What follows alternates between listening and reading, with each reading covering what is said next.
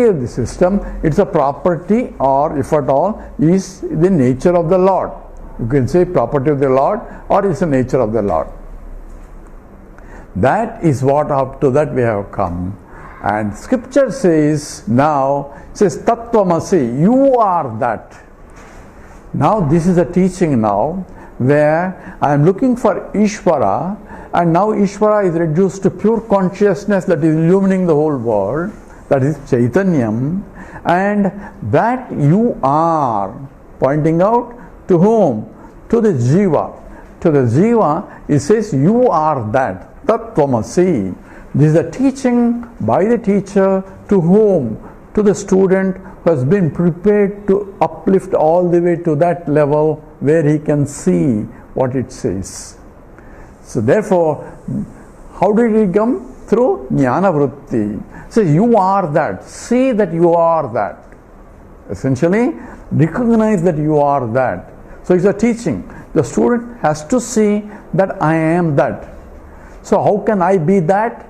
Because we rejected all that as object, but now we are looking at the essence of that, because of which everything is revealed, and you are that. So who is that? That because of which everything else is revealed. So now we need to use the two topics that has to go together from the Vedantic study and understand what is that equation really is valid. So when you say you are that, we are talking about who is that you and who is that, and what is the equation is. So it's if Bhagavad Gita, and when Acharya said the first 3 chapters, first 6 chapters talk about the you aspect, Tvam Padartham, and the next 6 chapters talks about Tat Padartham, from the 7th chapter all the way to 13th chapter, and from then on is how you can be that. So here, so if you look at the 13th chapter, it says idam shariram kaunteya kshetramitya vidhiyate. So this whole idam starting from shariram, from the body on, whatever that I can point out is called kshetram, is a field, and he includes everything that can be pointed out under the category of kshetram. And the one who is kshetrajna is the one who is a knower of the kshetram. Idam shariram kaunteya kshetramitya vidhiyate. And that who is a knower of that is kshetrajna. So who is the knower of what? Knower of all this. How do you know? Because through consciousness illumination. So the knower has to be conscious entity. So you or whoever is knower in every field, in every jiva, who knows the idam is a kshetrajna. And Krishna goes into the next level, kshetrajnam chapi mam viddhi sarva kshetreshu bharata. I am the kshetrajna in everyone. So tasya bhasa sarvamidam vibhati is being pointed out in a way.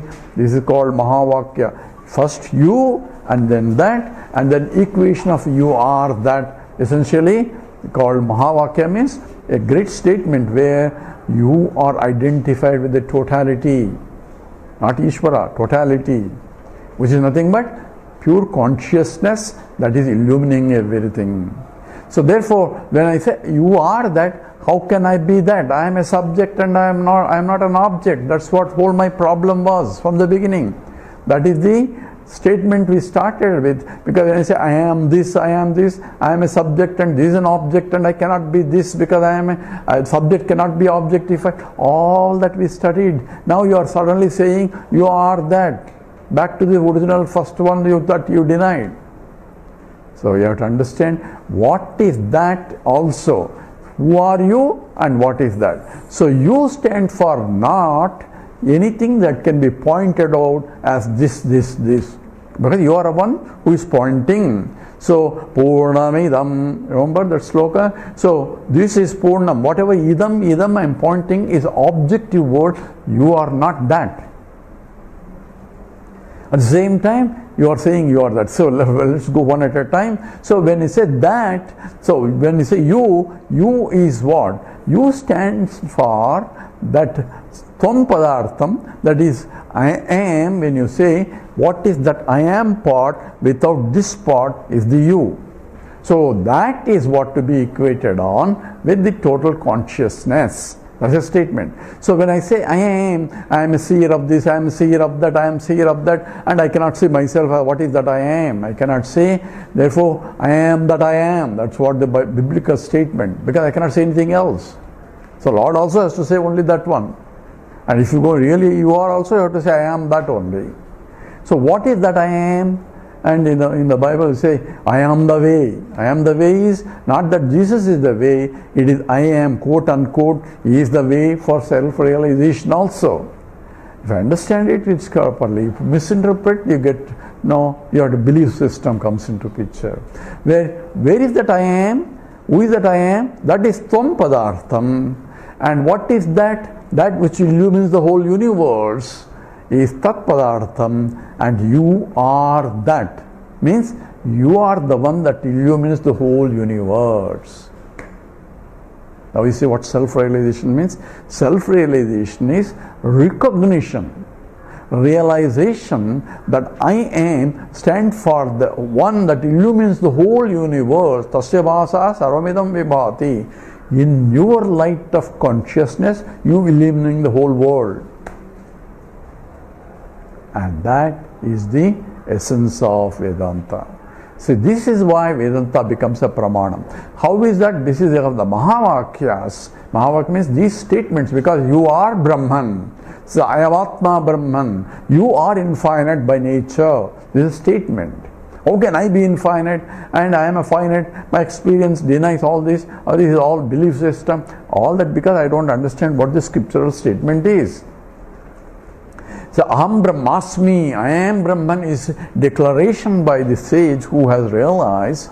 And how did he realize? He has to go through the process. Tattvamasi, you are that, for a teacher teaching to the student, and look at that direction, look at that way. You see, I am has to be equated to that, because of which the whole universe is known. So how do I know the whole universe? So now we have to go back to the basic epistemological issue. So how do I know any object? We went through this process a little bit. It's not the object that I see. If I say I know the chair, what is I'm seeing? I am seeing the light getting reflected, and that is the light image only that I am seeing in the process of the retina forming an image. It's a light of shades and so on. And that image is transmitted through the electrical signal, through the neurons in the brain, and ultimately we said there has to be a program code which converts the hardware to software. That we are familiar with the computer knowledge now. So software is a thought. So thought of this object. So thought is being again inert, is being illumined by the light of consciousness that is all pervading, and it falls on the thought because it is everywhere. So it falls also on the thought also and get reflected. Reflected where? Reflected to the mind, where the mind says this is a pot, this is a chair, because the thought content is nothing but a chair or a pot or a table and so on. So in the illumination, I am paying attention not to the light of reflection or not to the light of consciousness that is getting reflected, but I am paying attention to the object that is reflecting. In the case of thought, but the thought itself is subtle, but it stands for existence of the object and also existence of the attributes of the object gathered through the process of pramana. So all objects that I know are known because through a pramana. But what is that I know in each is nothing but it reduces to a thought. So every object is nothing but a thought in the mind. When I perceive an object, is nothing but a thought in the mind. And I am as a conscious entity illumining. Tasya bhasa sarvamidam vibhati. Because of the light of consciousness, every idam is being illuminated. So sarvamidam, idam is that this thought, but this thought is centered on the, ultimately related to the object thought outside. Object is outside, but the thought is in your mind. And the thought in your mind is being illumined. If there is no mind, I cannot see the object outside. Object may be there, may not be there. But to confirmation of the presence of the object, or even its absence also, mind has to be there. A thought has to rise. How can a thought rise when the object is not there? So there is no part here. There is no part here is a thought in the mind. So, viditamba, aviditamba. That's what Kenopanishad says. I know what I don't know. I know what I know. Do you know Gaga Bobu? I don't know. How do you know you don't know Gaga Bobu? That I know. So, I know what I know. I know what I don't know. So, both are thoughts in my mind, raising in my mind and being illumined. Therefore, the illumination of the thought is nothing but the knowledge of the thought. So without consciousness illumining any thought, I will not have any knowledge of any idam. But consciousness will illumine the thought if the vritti forms in the mind. So vritti will form, vritti means thought forms in the mind. Thought cannot but form when I perceive an object, or when the mind is active enough, when I am paying attention along with the senses and the mind. In the case of the object that I am seeing, sensible objects or object that can be perceived through the senses, or my ears and the mind, intellect has to be there to recognize the concept that I am receiving through the words. So words that I receive when the teacher is teaching is a thought process that he is communicating through the words. Since I understand the words and the meaning of the words, and from the meaning of the words I can gather the sentence and the meaning of the sentence, all are thought process forming in the mind. So thought centered not only on the word but on the meaning of the sentence. And that being illumined by the consciousness, therefore I have a knowledge of the thought and knowledge of the concept that you are discussing. And that concept has to be related to the previous concept for me to appreciate this concept. Otherwise I hear, but I don't hear. Why? Because it doesn't make any sense to me. Sense means it has to be related to what I know. Then I can relate it to it. So that's a part of how a conceptual thought grows. So Aldous Huxley, a great scientist, he said evolution involves a modification. So when something gets modified, then evolution stops in the direction. So if you go to the four hands to animals to all the way in one branch, the evolution stopped when the first four hands become into wings or the birds. So evolution in that pinnacle in terms of the bird wise. In the case of other branch, which were mammalian branch, if you go further and further, the evolution stopped when the conceptual thought developed. Where in the human intellect, he can have a concepts. That's why mathematics, physics, all that is because of the knowledge can be gained, because man has the capacity to conceptualize things. And that's how the knowledge takes place. So when new thoughts are coming, I had to relate it to my previous thought, from which I can know the new thoughts. From there I can go to next new thoughts. That's how the knowledge, and that's how the study education system is built upon that, where step by step I learn the new things. So now tasya bhasa sarvamidam vidapi. How is that I am that? It says I am is existent consciousness. And the consciousness aspect is illumining the thought. Thought has to exist. So existence expressed in the form of a thought. And thought exists because outside object exists or a concept exists. So the existence of a thought or existence of the object as though converted into existence of a thought in the mind. Without the process I will never know. And that existence of the object and the consciousness that I am, illumining the existence, so that for me to be conscious of existence of the thought, therefore conscious of existence of the object out there. Tasya vasa sarvamidam vibhati. Every knowledge of idam occurring only when consciousness that I am and the existence of the object expressed as the thought in my mind join together for me to be conscious of the existence of the thought, therefore conscious of the existence of the world outside. Therefore, I am the one who is illumining the whole universe. Who is the one? Because subject I am, without the subject I am, the object world cannot be established. It may be there, it may not be there. Oh, other people can establish. Even the existence of the other people I have to establish first.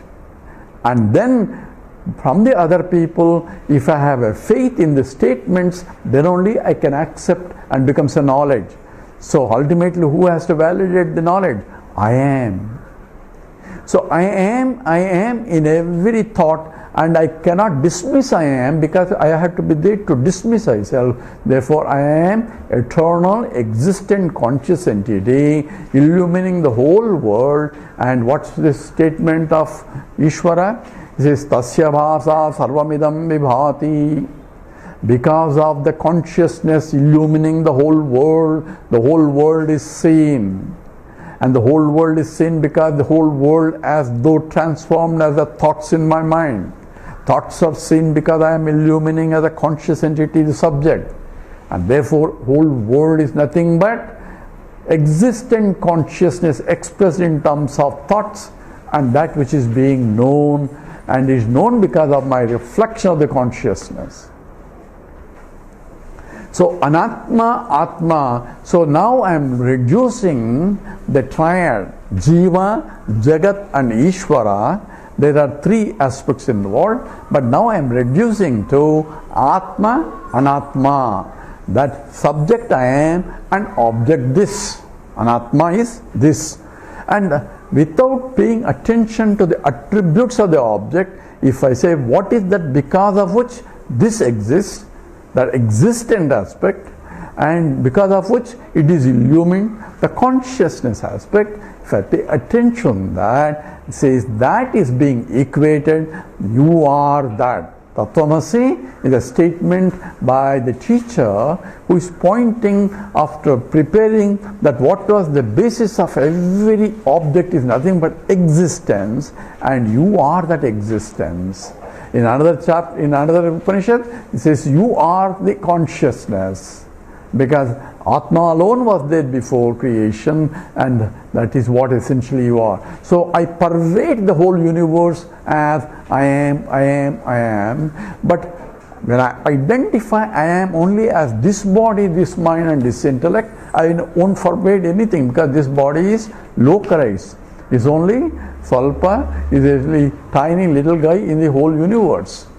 So I had to drop this identification and re-identify through a process of education, and that's what is called the Vedanta. Vedanta, we're talking about a process that is indicating who you are and what is this world. Now, how did the Vedanta say what is this world? You can say God particle, this particle and all that. All becomes is immaterial, because they are analyzing the object without ignoring the subject who is analyzing the object. And they cannot use whether it's a fast breeder or whatever, you cannot use that to analyze the subject. And as long as the subject is excluded from the object, from the analysis, whatever you are analyzing is only a partial system, and you cannot make a theory out of partial system. Unless you include, oh, now we are analyzing the consciousness. You cannot analyze the consciousness because you are objectifying consciousness. The one who is analyzing the consciousness is a conscious entity, and what is being analyzed is only an object which is inert entity. So therefore, I cannot analyze objectively the subject I am and therefore no science, objective sciences, whether it is a quantum mechanics or higher mechanics, people are talking about that consciousness is death is not real. It's only separation of consciousness. That is the latest one. Now, separation of consciousness. How do you separate the consciousness? So Vedanta says death is nothing but the movement of the mind and intellect into a different area, into different loka, where it has to find another body to exhaust. That mind and intellect can reflect consciousness. Therefore, it is a conscious mind only, or activated mind only can go. Mind cannot but reflect because consciousness everywhere. I cannot analyze the consciousness because analyze means I have to illumine the consciousness. How can I illumine? Because there is no natatra suryo vati na chandra tarakam nema vidyuto vanti kutoya magnihi tameva vantam anubhav. You are the light of all lights. How can I light you? There is no way I can illumine the consciousness. This is why Vedanta becomes a shastram. It is a science that points out and includes subject and object. How did Vedanta come into picture? How did they know in what you are communicating through Vedanta? Therefore, it is an objective science. No. It points in the direction for you to contemplate. It doesn't say this is Atma. It doesn't say this is Swara. It is you think in that way using the mind, then it gets revealed. Why? Because it's self-conscious entity. So it's what is called, Vedanta says, there is a jnana vritti is required in order to point you in the direction. But once it's pointed out, the truth is self-revealing because you are that. So there is one beautiful example by Sureshwara Acharya in the, forgot the book now, getting old. So he gives an example. So one fellow went into a dark room and he wanted to see things. So he has a torchlight. So he's shedding torchlight here, there, and see, oh, there is a chair there, there is a table here. So he has to make sure that he doesn't bump into anything. So he uses a torchlight to find out where it is and what the path. And as he's going in the dark, and suddenly he saw a pot. And he saw a pot which is inverted upside down. And to see the pot, he needs a torchlight. Otherwise he could not see. So out of curiosity, why it is upside down, he lifted the pot. All that is a process. Now when he lifted the pot, then he saw a candle burning there. Now does he need a torchlight to see the candle? Because the torchlight is already burning, it is a self-luminous entity, it reveals itself. He doesn't need another light, torchlight now. I don't have to put a torchlight to see a candle light. But I need a torchlight to illumine the pot. Without the torchlight, I could not see the pot, that inverted pot. And I had to lift that pot in order to discover what is there already. I didn't put the light there, I didn't put a candle, and I didn't.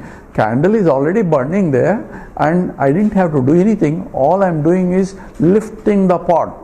But as soon as I lifted the pot, the obstruction that is obstructing the vision of the candle or the burning candle, obstruction is removed by a process.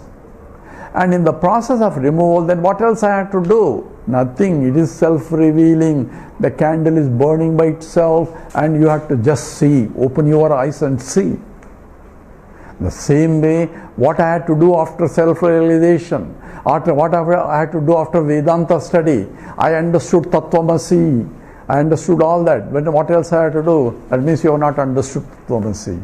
And it says Tattvamasi, you have to see that which cannot be seen anymore by when you lift your, that means you have to remove that ignorance part by sadhana and see in the direction that is being pointed out, and self-revealing is self-conscious entity, it reveals itself. Therefore, I have to reduce now Ishvara Darshanam, consciousness that I am, is nothing but Swatma Darshanam, my own vision, because I am the consciousness that is, I don't need another light to see another light. I don't need a process. But I am looking for a process, therefore I cannot see. Now Vedanta pointing out the very seer, the one who is investigating, the one who is trying to inquire, he is the conscious entity. Unconscious entity cannot acquire. So what is there? Nothing but Atma, and everything becomes Anatma. So we are reducing triad Jiva, Jagat, Ishvara into Atma, Anatma, Vichara. Inquiring what is that I am into, and everything else is Anatma, everything else is nothing but what I illumine. Therefore they are objects only, because objects are not self-luminous. They don't become subjects. Therefore subject-object duality becomes the essential, where subject alone is real and object that is illumined is only apparent, and that is essentially involved the knowledge of self-realization. Therefore, when you say Yomam pasyati sarvatra sarvancha mai pasyati tasyaham na pranasyami sajame na pranasyati, who sees me everywhere and everything in me is never away from me, and I am never away from them. And just before, in the same chapter, Krishna says sarvabhutastam atmanam sarvabhutani chamatmani. So one who sees himself everywhere and everything in himself, he is a realized person. So these two slokas come next to each other. So seeing the Ishvara Darshanam is same as seeing the Atma Darshanam, and so Isha Darshanam is Swatma Darshanam, and that has to be understood. So we started with the talk series.